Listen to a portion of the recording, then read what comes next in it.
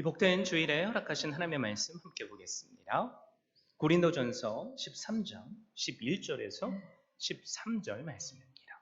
내가 어렸을 때에는 말하는 것이 어린아이와 같고 깨닫는 것이 어린아이와 같고 생각하는 것이 어린아이와 같다가 장성한 사람이 되어서는 어린아이의 일을 버려너라.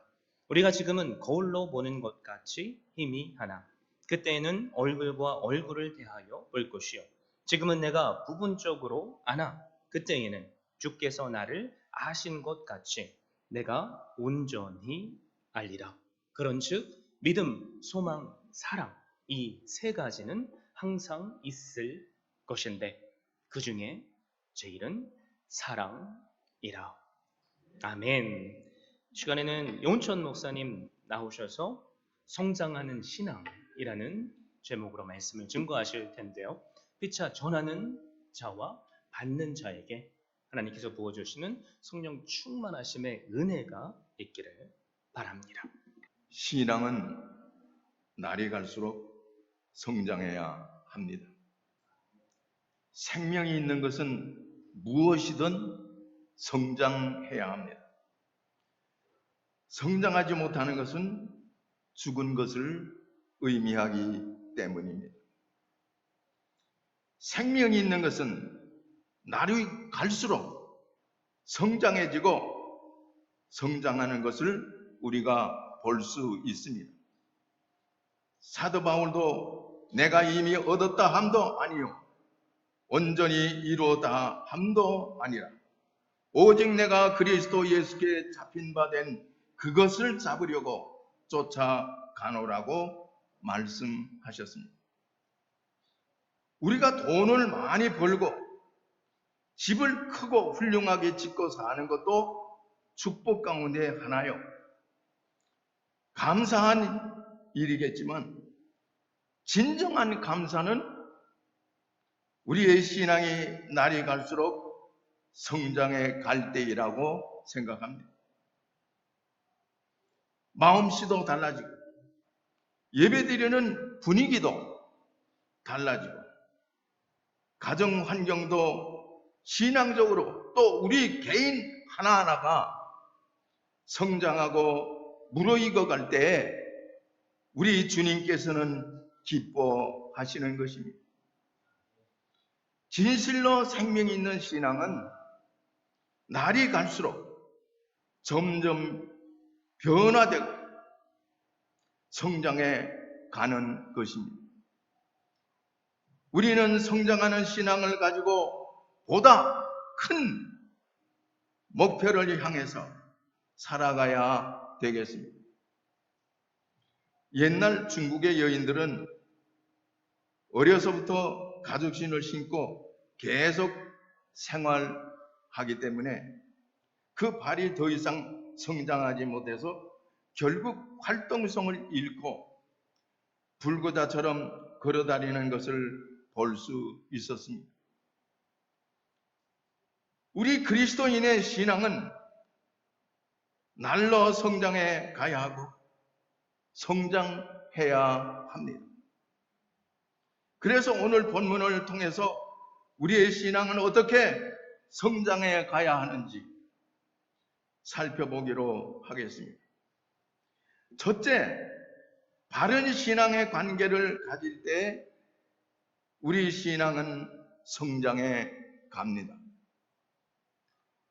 바른 신앙의 관계란 마태복음 22장 37절로 40절의 말씀과 같이 마음을 다하고 목숨을 다하고 뜻을 다하여 하나님을 사랑하고 이웃을 내 몸과 같이 사랑하는 것입니다. 이 사랑의 관계 속에서 살아갈 때 우리 인격과 신앙은 무한히 성장해 갈 수 있습니다. 인간은 사랑을 먹고 사는 동물이라고 합니다. 인간이란 단어를 한자로 사람인 사이간을 써서 사람과 사람 사이의 관계를 나타낸 것을 볼 수 있습니다. 인간은 서로 관계를 맺고 살아갈 때 그의 인격이 성장하게 됩니다.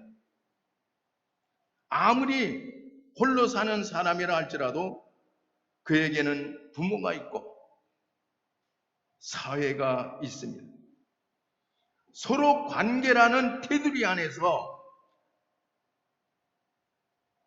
살아갈 때 그들은 성장하게 되는 것입니다. 오늘 우리 그리스도인의 생활도 교회를 통하여 하나님을 사랑하게 되고 내 이웃과 형제를 사랑하는 바른 관계 속에서 자신도 모르게 성장해 가는 것입니다. 이러한 교회 생활을 통해서 자신이 드러나게 됩니다.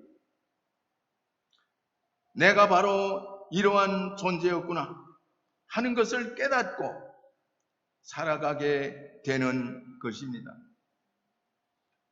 어느 성숙한 가정에서는 하나님께서 우리 가정을 사랑해 주셔서 오늘에 이르기까지 이렇게 많은 은혜와 축복을 받아서 말로 다 형용할 수 없는 감사를 드린다고 하였습니다. 이렇게 고백하지 않을 수 없다고 그는 말하였습니다. 참으로 그는 하나님의 사랑을 느껴보고 교회를 사랑하는 신앙생활을 통해서 오는 자신의 영적인 성장을 고백하는 것입니다. 이웃 사랑하지 못하는 사람은 이지러진 인격을 가지게 됩니다. 젖을 먹는 어린아이들은 어머니의 품속에서 자랄 때에 그 어머니의 표정과 촉감을 통해서 사랑을 느끼게 됩니다. 그러므로 언어의 소통이 없어도 어머니와의 관계성을 통해서 그 어린아이의 정신과 육체가 성장해 가는 것을 볼 수 있습니다. 그러나 만일 그 어머니가 미움과 무관심 속에서 이 아이를 보살핀다면 그 아이는 인격의 상처를 받게 되고 따라서 그 아이는 비정상적인 아이로 성장하게 됩니다. 이상하게 남의 물건을 훔치는 아이는 그 물건이 필요해서가 아니라 부모님의 사랑을 받지 못했기 때문에 물건을 사랑하는 심리가 생기게 되는 것입니다. 부모나 형제의 사랑을 충분히 받고 자라난 사람은 성장할수록 남에게 덕을 끼치는 훌륭한 인격자가 되는 것입니다. 유명한 심리학자이면서 의사인 칼 로저스라는 사람은 인간의 성숙한 감정의 8가지 과정을 말한 적이 있습니다. 첫째로 독립심과 책임감을 가지고 남에게 무언가를 주는 생산적인 마음을 가진 사람. 둘째로 협력할 줄 알고 자기 중심적인 것을 피하면서 남과 좋아해 가는 사람. 셋째로 열등감을 버리고 자기 양심과 잘 좋아해 가는 사람. 넷째로 남과 쉽게 사교할 줄 알고 환경에 잘 적응하면서 살아가는 사람. 다섯째로 부부 생활에 만족을 느끼며 책임성과 적극적인 삶을 살아가는 사람. 여섯째, 자기 이웃에 대해서 적개심을 가지지 않고 서로 사랑할 줄 아는 사람. 일곱째, 자기 현실을 분명하게 바라볼 줄 알며 어린아이와 같은 환상을 버리고 살아가는 사람. 여덟째, 융통성이 있고 순응을 잘할 줄 아는 사람, 이와 같이 성숙한 감정을 가진 사람은 위에 8가지 단계를 거쳐야 한다는 것입니다. 오늘 우리는 하나님을 사랑하고 이웃을 사랑하는 경험을 통해서 영적인 생활이 성장하고 인격적으로 성장하게 되어야 합니다.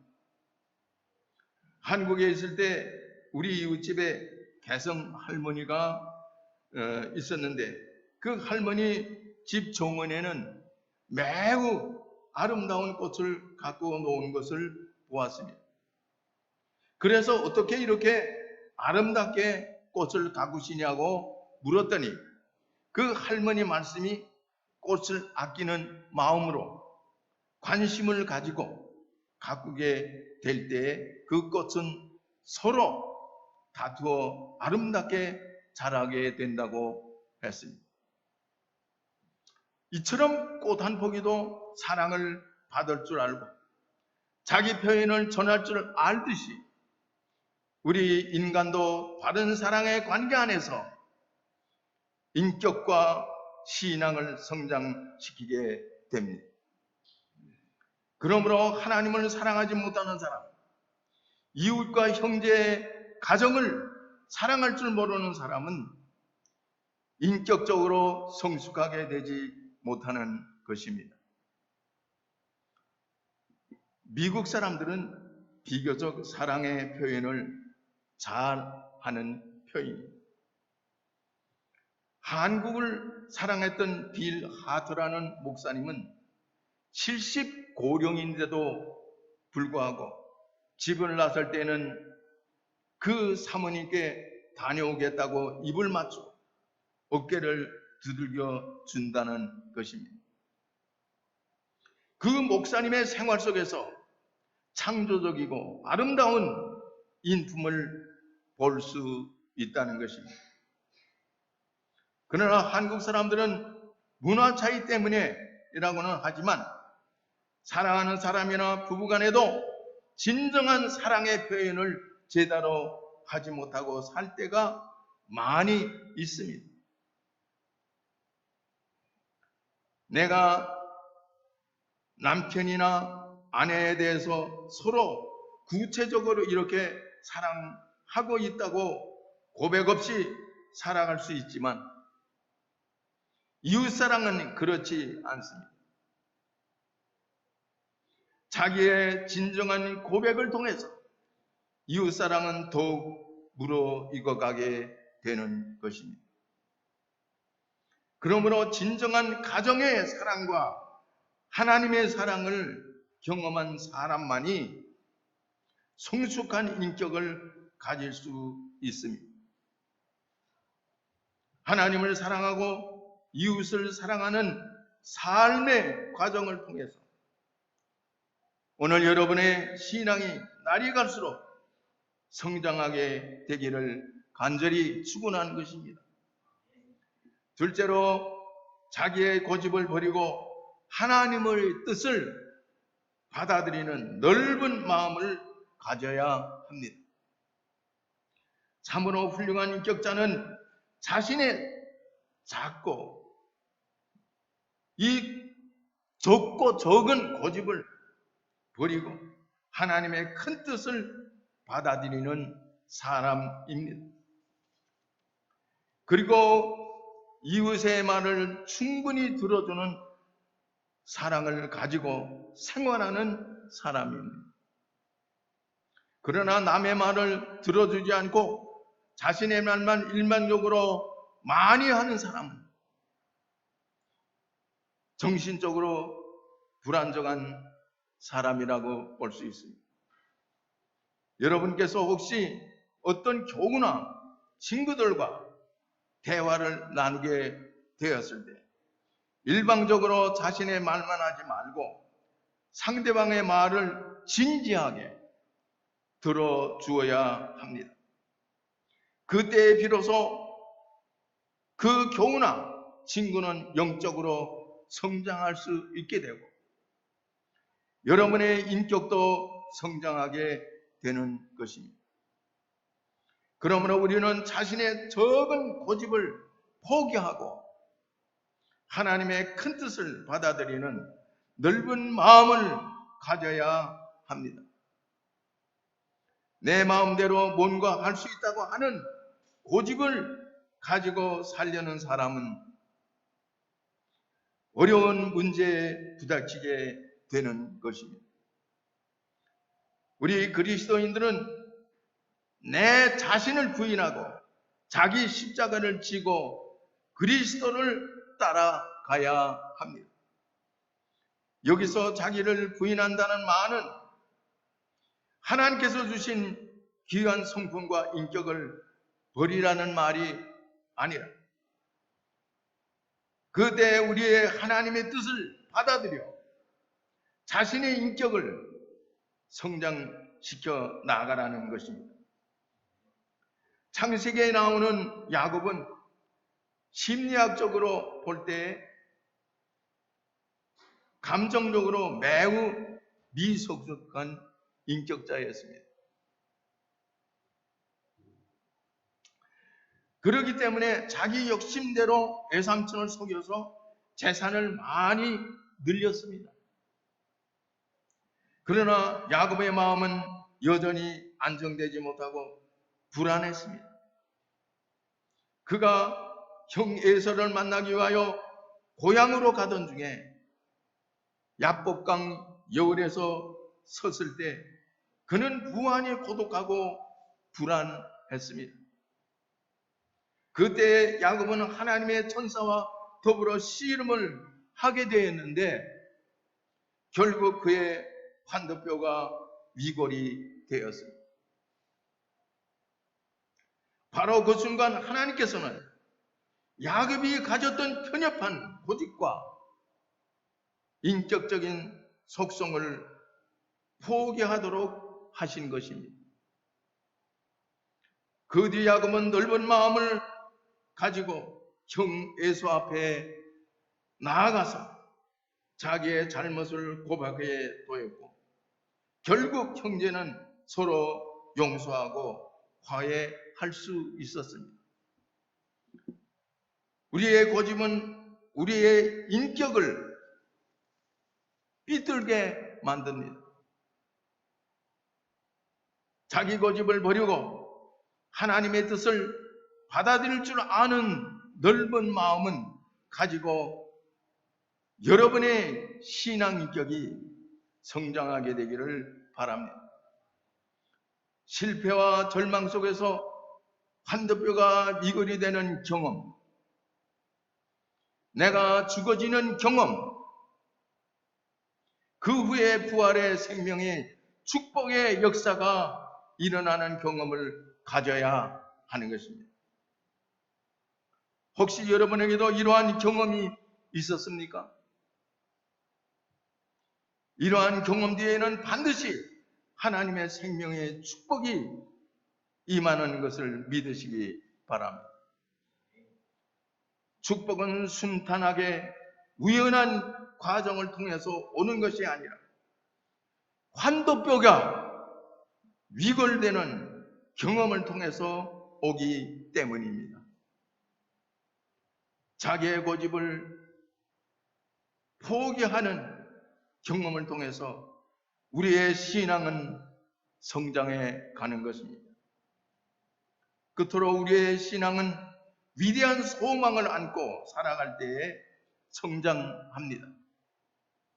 인류 역사에 큰 영향을 끼친 사람들은 해이나 패배감이나 허무 속에 부정적인 생각을 가지고 산 사람이 아니라 위대한 소망과 꿈을 안고 살았던 사람들입니다. 위대한 꿈을 안고 목표를 향해서 주위의 눈치를 보지 않고 달려가는 신앙, 그 가운데 인격은 성장합니다. 거창 고등학교에 가면 학교 교정에 한 동상이 세워져 있다고 합니다. 그 동상은 그 학교 제자들이 모여서 세운 학교 교장 선생이신 김영창 교장님의 동상이라고 합니다. 그분이 사시던 방에는 그가 평생 입고 다니던 다 떨어져 기운 골덴 바지 저고리가 걸려져 있다고 합니다. 성령책을 들고 한 손으로 하늘을 가리키면서 800여 명의 고등학생들의 마음속에 꿈과 비전을 심어주던 전영창 교장 선생님의 동상 앞에서 전 수종교회 담임 목사인 로버트 슐러 목사님이 무릎이 다 떨어진 그의 골덴 바지를 쓰다듬으면서 흐느끼는 경험한 모습, 경건한 모습으로 서 있었다고 합니다. 나중에 폐혈증에 걸려서 얼굴이 까맣게 되어서 세상을 떠나신 전영창 교장, 그는 평생토록 구겨진 골덴 작업복을 입고 젊은 학생들의 가슴 속에 신앙의 꿈을 심어주기 위하여 힘을 다했습니다. 이처럼 위대한 인격과 성숙한 신앙의 힘은 많은 사람들의 커다란 영향을 끼쳤던 것입니다. 그 산골짜기에 시골 학생들을 따라다니면서 꿈과 소망을 심어주기에 그토록 힘을 다했던 그분의 동상 앞을 바라보면서 성숙한 인격과 신앙의 힘이 얼마나 위대한 것인가를 깊이 느낄 수 있었다고 로버트 슐러 목사님은 그 설교 가운데서 말했다고 합니다. 우리 그리스도인들에겐 불가능이 없다라는 신앙의 힘을 가지고 위대한 비전과 꿈을 향해서 줄기차게 달려갈 때 우리의 인격과 신앙은 성장하게 되는 것입니다. 13장 11절에 어린아이 때의 일을 버려놓으라. 어린아이 때의 일을 버려놓으라.